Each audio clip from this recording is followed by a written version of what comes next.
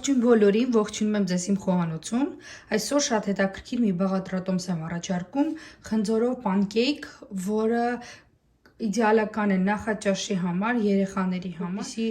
եւ վիտամիններով հարուստ սնունդ ուտեն եւ նաեւ օգտակար լինի, ոչ միայն քաղցր։ Գնացինք առաջ, հիմա ցույց կտամ ինչ է մեզ անհրաժեշտ մեր բաղադրատոմսի համար։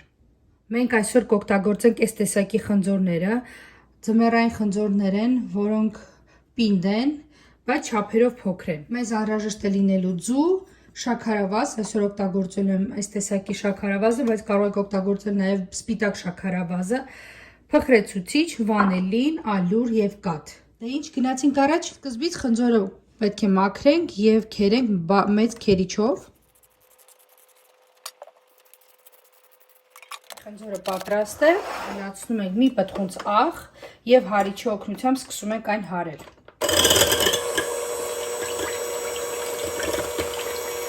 Սկզբից դանդաղ արագության վրա, հետո բարձրացնում ենք կամաց-կամաց արագությունը։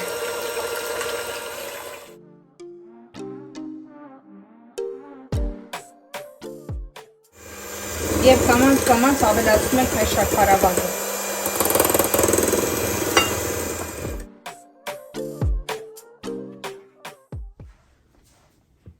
Հետո ավելացնում ենք կաթը։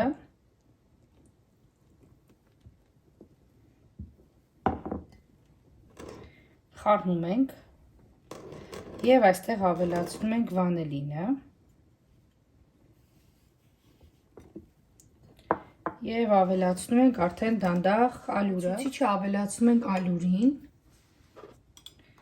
խառնում ենք մի լավ եւ գթալ առ գթալ ավելացնում ենք մեր թաց բաղադրիչներին։ Ալյուրը արդեն նախապես մաղել եմ եւ խառնում ենք եւ այսպես մենք թանձր խմոր ենք ստանում։ Մեզ շատ ալյուր պետք չի։ Հիմա ավելացնում ենք մեր խնձորը։ Ավելացնում ենք մեր երկրորդ մասը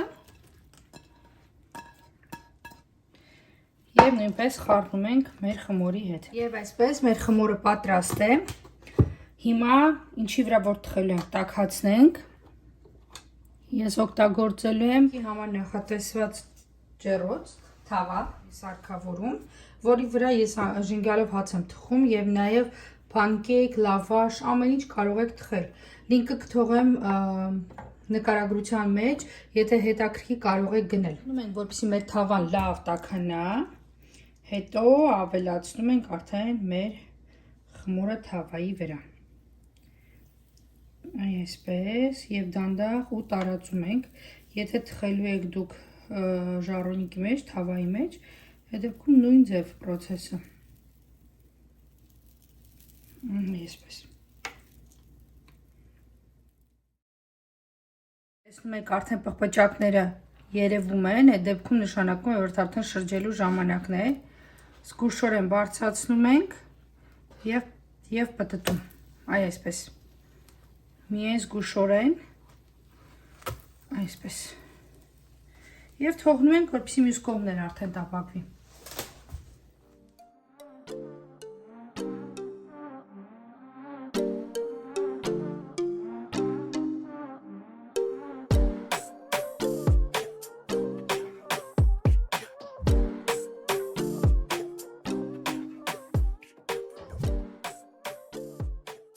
Այսպիսի խնձորի պանկեյքներ են ինձ մոտ ստացվել։ Մի քիչ մեղր եմ լցրել։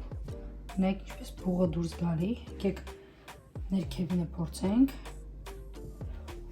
Ույշ տաք է, մեկ։ Մեջ ինչպես է թխվել, դեռ տաք է։ Մեջը թխվում է ամբողջովին, իսկ խնձորը մնում է խրխրթան։ Եթե ուզում եք, որ խնձորն էլ հալվի մեջ, պետք է քերեք շատ մանր, բայց այդ դեպքում ձեր ալյուրի քանակը շատ կօգտագործվի։ Եվ այսպիսին է առաջարկում այսօրվա բաղադրատոմսը։ Պատրաստեք սիրով, եթե ձեզ դուր եկավ, նշեք ձեր լայքը եւ կհանդիպենք շուտով ցտեսություն։